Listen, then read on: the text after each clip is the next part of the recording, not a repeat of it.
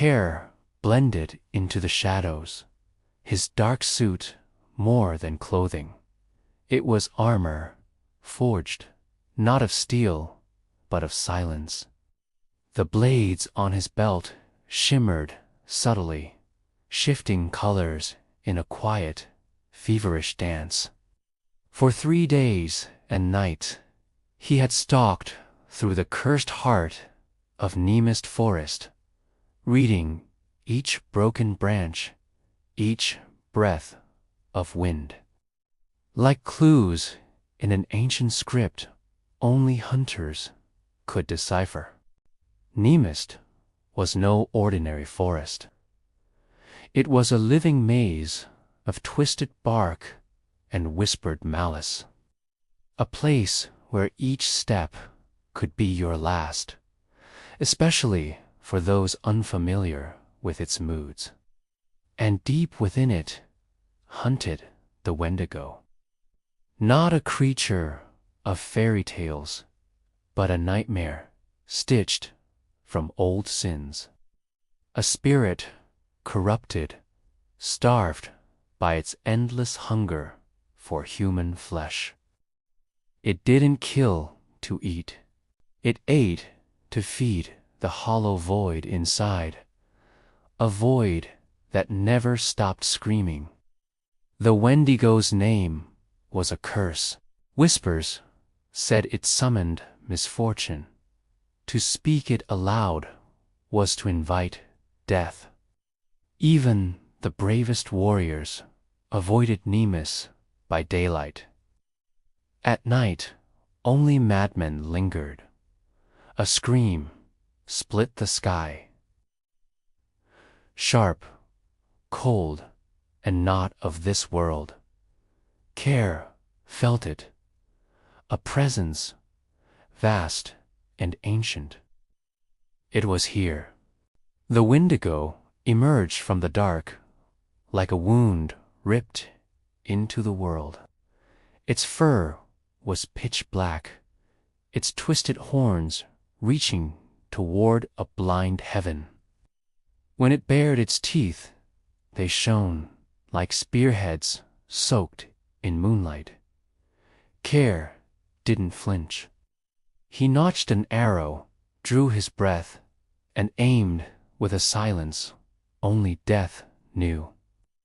The arrow struck the beast's throat.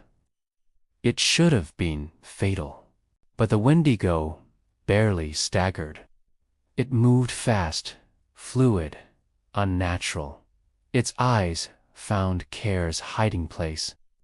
The grotesque shape became clearer. The head of a wolf, the body of something far larger. Not a wolf, not a man. Something in between. Something wrong.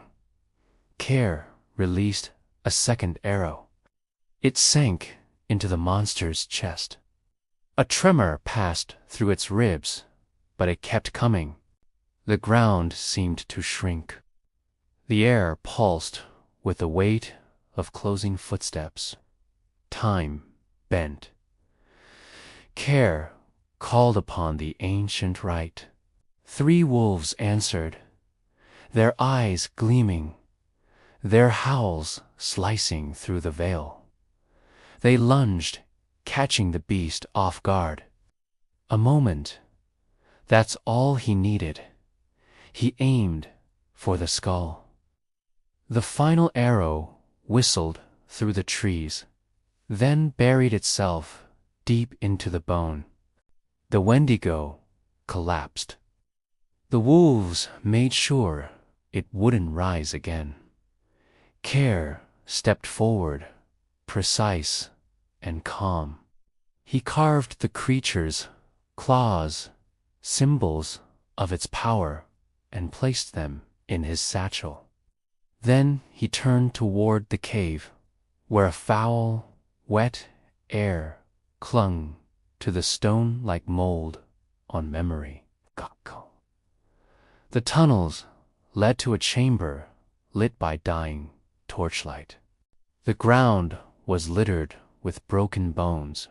In the center stood an altar of mountain stone, circled by a graveyard of skulls.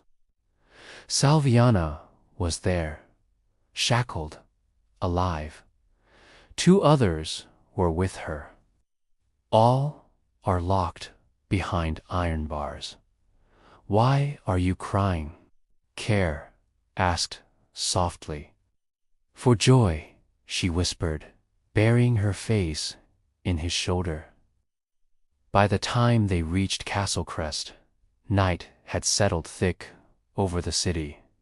Tucked between Namist Forest and the brooding Bristol Hills, Castle Crest stood like a monument to survival.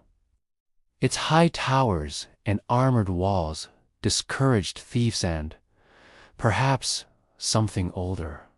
Care walked Salviana to her home, a humble cottage. "Do you have a place to sleep?" she asked.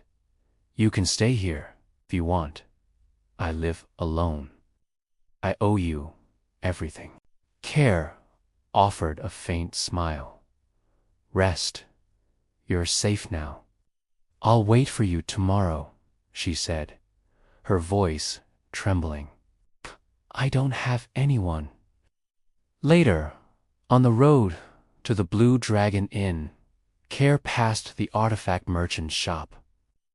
The man, sharp-eyed and shrewd, greeted him with an eager nod. Care laid the Wendigo's claws on the table. The merchant's hands trembled. "You killed that thing," he whispered. 1,000 gold coins. Now? Care said nothing. He gathered the claws again. 3,000, the merchant shouted as Care reached the door. By the time the deal was done, Care could feel the weight of the gold in his pack. The Blue Dragon Inn rose like a story carved from old timber, dark and ancient. Carved banners hung overhead, and the talons of a dragon were nailed proudly to the walls.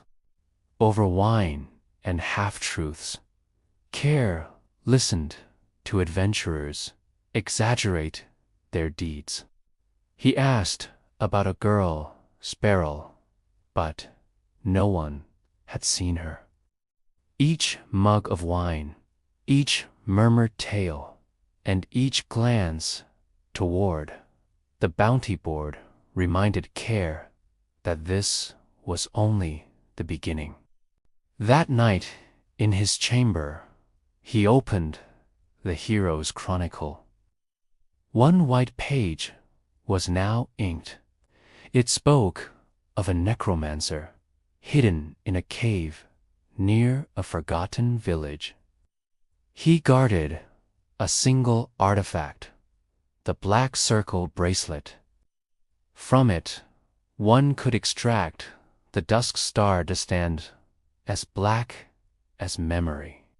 Only one smith alive knew how to extract it. The master craftsman, whose Derwin